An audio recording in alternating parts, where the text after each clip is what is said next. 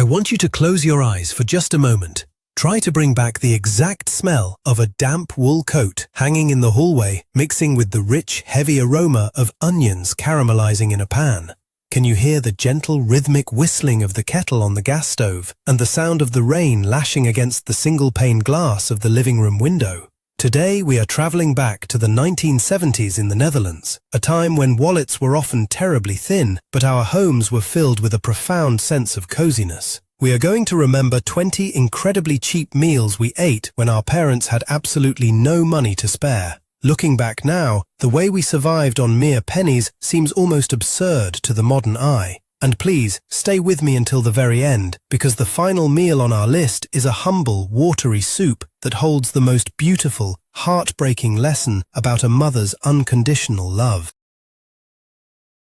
Let us take a moment to remember how time used to flow back then. It moved slower, with a quiet grace that allowed us to truly feel the days passing. The 1970s brought the oil crisis, the quietness of car-free Sundays, and a sudden, sharp inflation that made every single guilder heavy with importance. We had to wait for things, and in that waiting, we found deep appreciation. Today, people are constantly connected by glowing screens, yet they often feel completely isolated. We are told that without the endless modern conveniences, we lived a poorer life. But you and I know the absolute truth. Our emotional lives were rich, vibrant, and deeply connected. When we sat around the Bruinzeel kitchen table, shivering slightly from the draft, we looked at each other's faces, not at our phones. We shared our days, our worries, and our laughter over plates of food that cost almost nothing to make.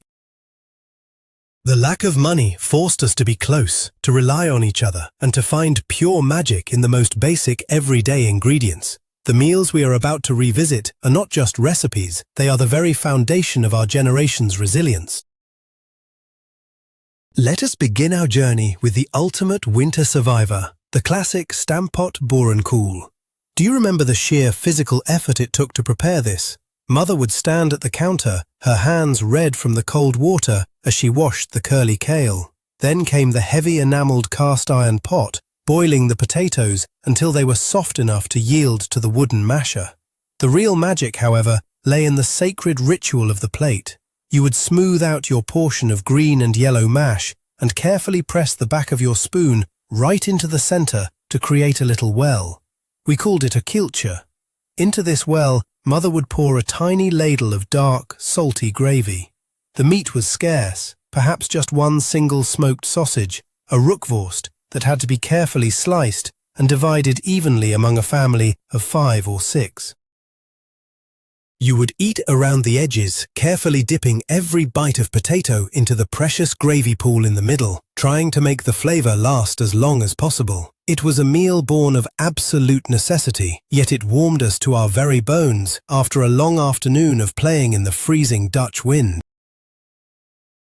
Now let us recall a dish that felt incredibly exotic to us at the time, even if it was as cheap as dirt. I am talking about the famous Dutch macaroni with a can of smack. In the 1970s, real Italian cuisine was a mystery to the average working-class family in the Netherlands. Instead, Mother would boil the elbow macaroni until it was incredibly soft, almost melting on the tongue. The protein came from a distinctive, rectangular tin of luncheon meat. Do you remember the sharp hiss and the metallic scent when the key turned to open that tin? The meat was chopped into tiny cubes and fried with a massive amount of onions, some leek if we were lucky, and an aggressive squeeze of red ketchup to act as the sauce. It was bright, it was salty, and it felt like a modern feast. We did not know what real Parmesan cheese was, so we sprinkled it with whatever old hard cheese ends were left in the fridge.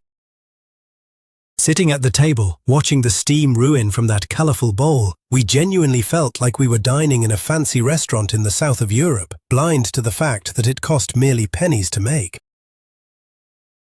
Sometimes, usually just before payday, the money was completely gone. Not just tight, but entirely absent. That was when Mother would serve what she cheerfully called the sandwich of satisfaction, or a broodje tevredenheid. The name itself was a beautiful, loving lie designed to hide the bitter reality of poverty from our young minds. It was nothing more than a plain, somewhat stale slice of white or brown bread. If there was a tiny scraping of margarine left in the tub, it would be spread incredibly thin, just enough to act as a glue. Then, we would sprinkle regular white granulated sugar over the top. The sensation of biting into it is something I will never forget. The soft, doughy bread contrasting with the loud, sharp crunch of the sugar crystals against your teeth. There was no meat, no cheese, no warm stew, but the kitchen was warm, the radio was playing softly in the background, and Mother was smiling. We ate our sandwiches of satisfaction and washed them down with weak, hot tea, feeling perfectly content, entirely unaware of the heavy financial burden resting on our parents' shoulders.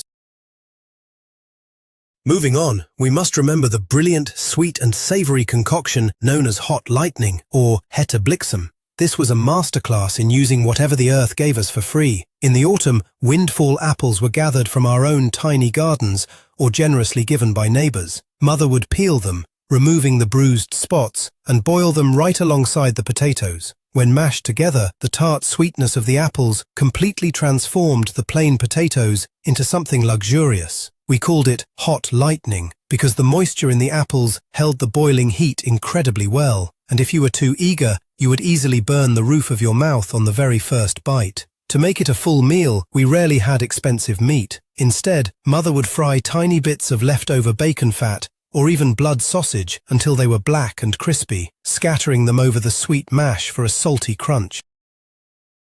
It was a beautiful, chaotic clash of flavors on a single plate, fighting off the damp chill of a dark November evening with every steaming sweet spoonful. There was a particular yellow cardboard box that lived in almost every Dutch kitchen cupboard during those years. I am, of course, talking about Brinta.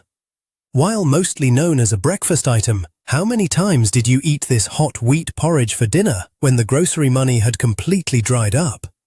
The ritual was always frantic. You would pour the steaming hot milk over the dry, flaky powder, and then you had to stir with absolute desperate speed. If you waited even 10 seconds too long, the porridge would solidify into an impenetrable brick of cement in your bowl. You would quickly add a generous spoonful of sugar, watching it melt into a glossy puddle on the surface.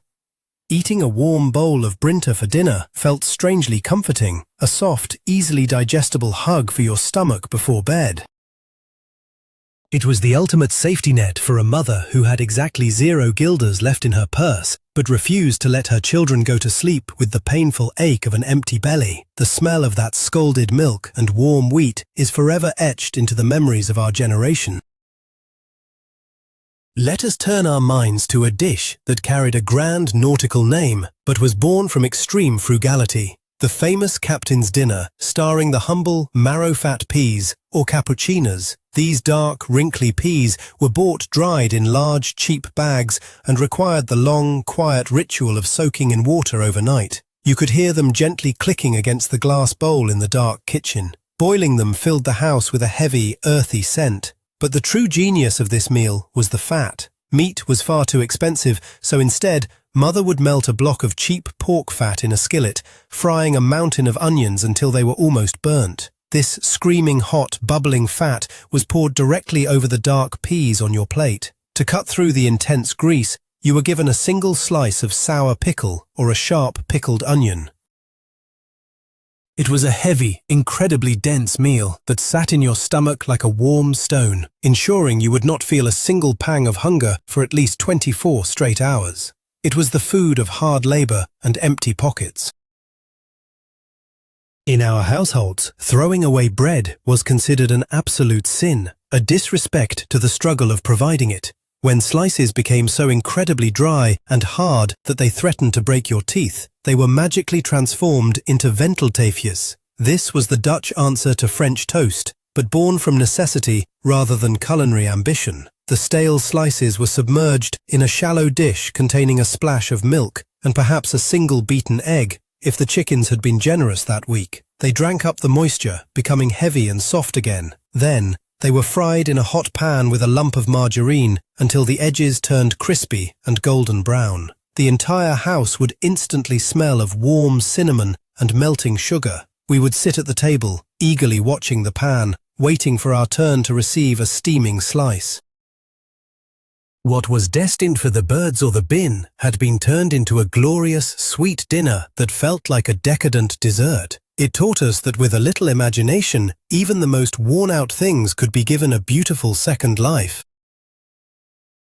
And then there was the incredibly thick, murky warmth of brown bean soup, the legendary Bruin Bohne soup. This was a staple that required immense patience and almost no money. The dried brown beans were cheap and plentiful. After soaking, they were set to simmer on the smallest gas ring for hours on end, usually alongside a single bay leaf and whatever sad vegetable scraps were hiding at the bottom of the crisper drawer. To give it the illusion of meatiness, a single cheap pork bone from the butcher was dropped into the pot, not to be eaten, but merely to lend its fatty essence to the broth. The soup would thicken as the beans broke down, turning into a rich, velvety sludge. We ate it out of deep bowls, using thick slices of dark, dense rye bread to wipe every last speck of the brown liquid from the porcelain. It was a meal that demanded you slow down, blow on your spoon, and appreciate the intense, savory flavor that had been coaxed out of the most basic, inexpensive ingredients the earth had to offer. We must also talk about the absolute joy of Pancake Day. Today, eating pancakes is often a weekend treat, but back in the 1970s, it was a vital strategy for stretching the food budget to the absolute limit. Flour, milk, a pinch of salt, and a single egg. That was all it took to feed an entire family. The heavy iron pan would be greased with a piece of bacon rind on a fork. Mother stood at the stove for what felt like hours, swirling the thin batter until it formed perfectly round golden discs with crispy, lacy edges. The ultimate topping was, of course, the thick, incredibly dark Dutch syrup known as stroop. It came in a heavy jar and poured as slowly as molasses. You would smear it all over the pancake, roll it up tightly with your fingers, and take a bite, the warm, sticky syrup inevitably running down your chin and onto your hands. There was a constant loud rotation around the table, negotiating who got the next one fresh from the pan. It was cheap, it was filling, and it created a symphony of laughter in an otherwise quiet, struggling house.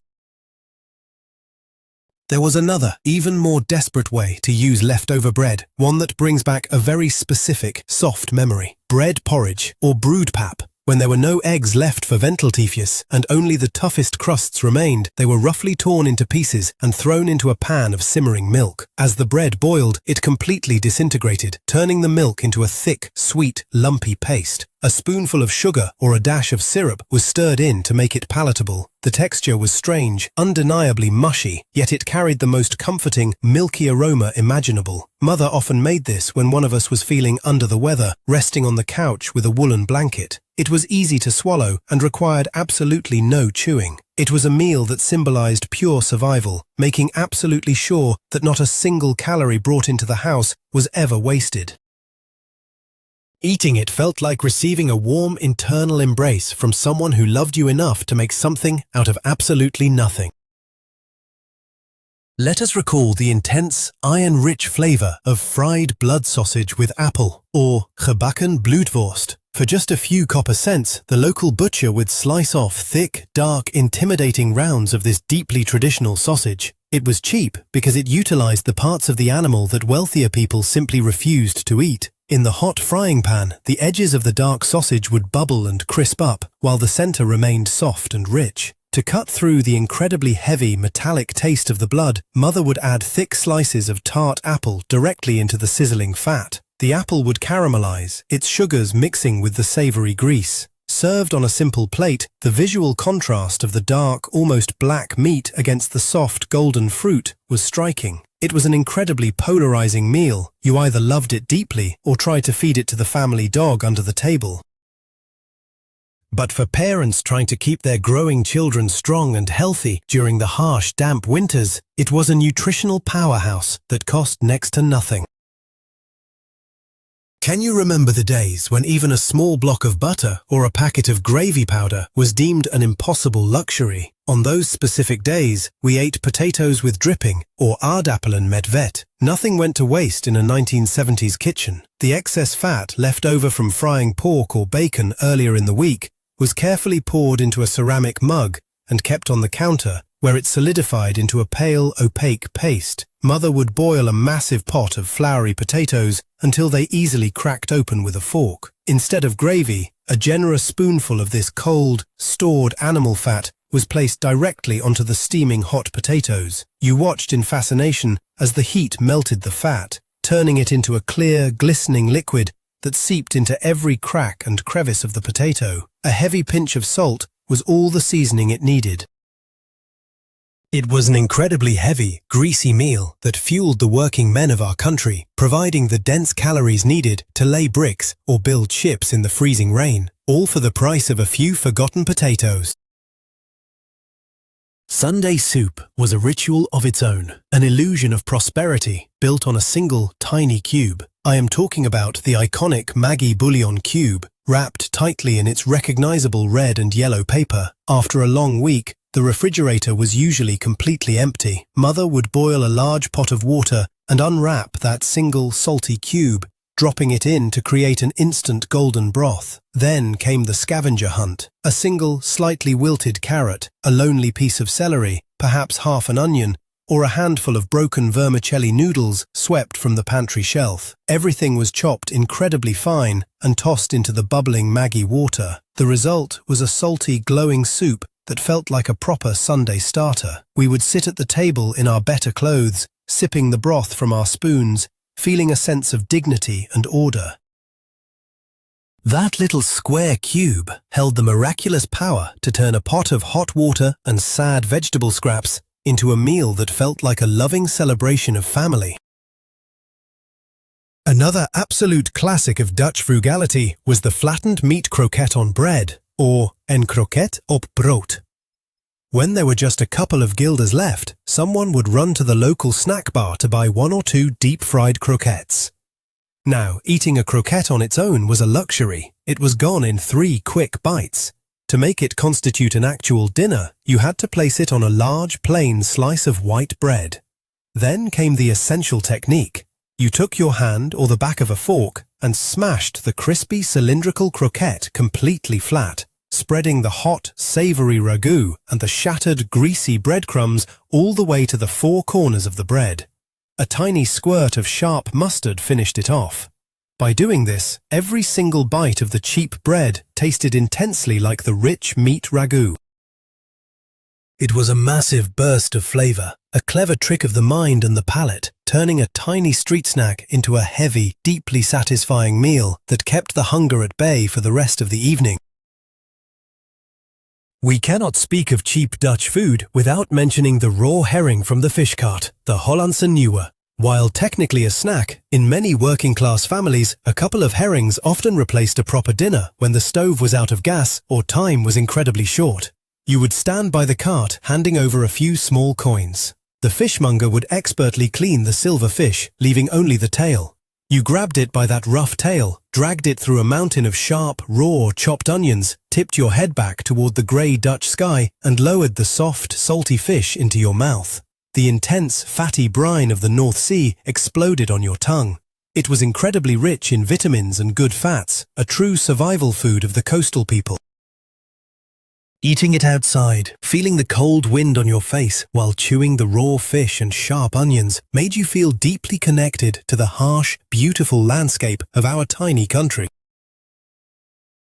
For a truly rural, incredibly cheap meal, we must talk about buttermilk porridge or karnemelksepap. This was a dish that sharply divided families. You either celebrated when you saw the pot on the stove, or you secretly dreaded it. Mother would buy liters of cheap, sour buttermilk and bring it to a slow, careful boil, thickening it with simple flour or pearl barley. The smell that filled the kitchen was intense, a warm, sharp, tangy aroma that cut right through the air. Because the porridge itself was quite sour and plain, the saving grace was the heavy pour of dark syrup over the top. You would use your spoon to carefully drag the sweet syrup through the sour, white porridge, creating beautiful brown swirls in your bowl. The contrast between the biting acidity of the warm buttermilk and the deep, sugary molasses was startling.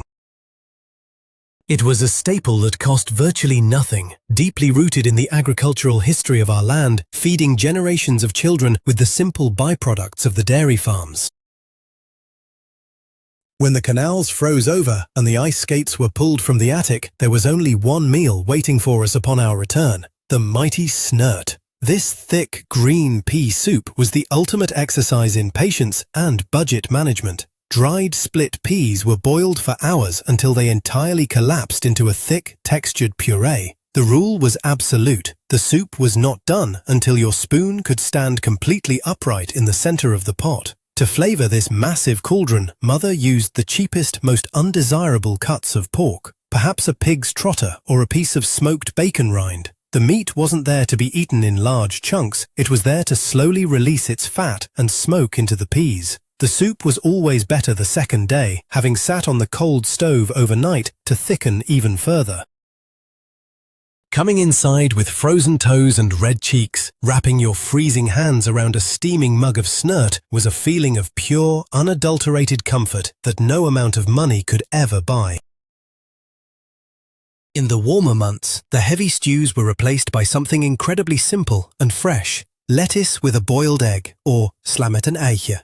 If you had a tiny patch of dirt in the backyard, you grew your own butter lettuce. If not, it was bought for pennies at the local market. Mother would wash the delicate green leaves and make a very simple dressing of cheap oil, harsh white vinegar, and a generous pinch of sugar to take away the bitterness. The star of the plate, because meat was out of the question, was a single perfectly hard boiled egg. Mother would use an egg slicer with wire strings to cut the egg into perfectly even, thin rounds. You would get perhaps 3 or 4 slices of egg on top of your mountain of sweet and sour lettuce, served alongside plain boiled potatoes. It was a meal that tasted incredibly clean and bright. The crisp snap of the fresh lettuce and the rich yolk of the egg felt like a summer celebration, a brief, beautiful respite from the heavy winter food we endured for the rest of the year. Let us also remember the magical illusion of the sweet and sour onion stew, the famous hashi. A proper hashi requires a good amount of beef, but in the 1970s, we made it with a totally different ratio. Mother would buy a massive, heavy net of cheap yellow onions and only the tiniest fraction of tough, cheap stewing beef. The onions were sliced and slowly caramelized in a heavy pan with a splash of vinegar, whole cloves, and dry bay leaves. As they cooked down over several hours, the onions melted entirely, creating a thick, dark, incredibly flavorful gravy. The few small pieces of beef merely acted as a suggestion of meat. You would pour this sweet, sour, heavily spiced onion gravy over plain boiled potatoes or rice. The smell of the cloves and vinegar would deeply penetrate the curtains and your clothes, lingering in the house for days. It was a masterclass in culinary deception, using a mountain of cheap vegetables to create a rich, hearty, deeply satisfying sauce that tasted like 1,000,000 guilders. Finally, we come to the most delicate and fleeting meal of all. When there was absolutely no money for cookies, cake, or an evening snack, Mother would offer us a rusk in tea, or beschuit in de thee. She would pour a cup of hot, weak, incredibly sweet tea. Then she would hand you a plain, dry, round Dutch rusk. The ritual required intense focus and perfect timing. You would hold the dry rusk by the very edge and dunk it straight into the steaming hot tea. The dry bread would instantly act like a sponge, rapidly soaking up the sweet hot liquid. You had to pull it out and bite into it at the exact perfect millisecond. Pull it out too soon, and it was hard in the middle. Wait half a second too long, and the entire thing would collapse, falling as a sad, mushy clump into the bottom of your teacup. Getting it right meant experiencing a warm, melting, sweet dissolve in your mouth. It was a tiny, insignificant piece of dry bread, but given with a warm cup of tea and a mother's gentle smile, it felt like the greatest comfort in the entire world. Looking back at these 20 meals, it becomes incredibly clear that we do not actually miss the poverty, the freezing drafts in the house, or the constant worry about money. What we truly miss, with a heavy, beautiful ache in our hearts, is the connection. We miss the feeling of sitting shoulder to shoulder at that small table, knowing that the humble food on our plates was prepared with a fierce, protective love. The lack of ingredients forced our mothers to use their creativity, and it forced us to appreciate every single bite. We were materially poor, but emotionally we were giants. If this journey back to the 1970s brought a tear to your eye or a smile to your face, please gently press the like button and subscribe to our channel to keep these precious memories alive. Now I turn to you. What was the cheapest meal your mother made when times were incredibly tough, and how did it make you feel? Please share your beautiful personal stories in the comments below because our history lives on in your words.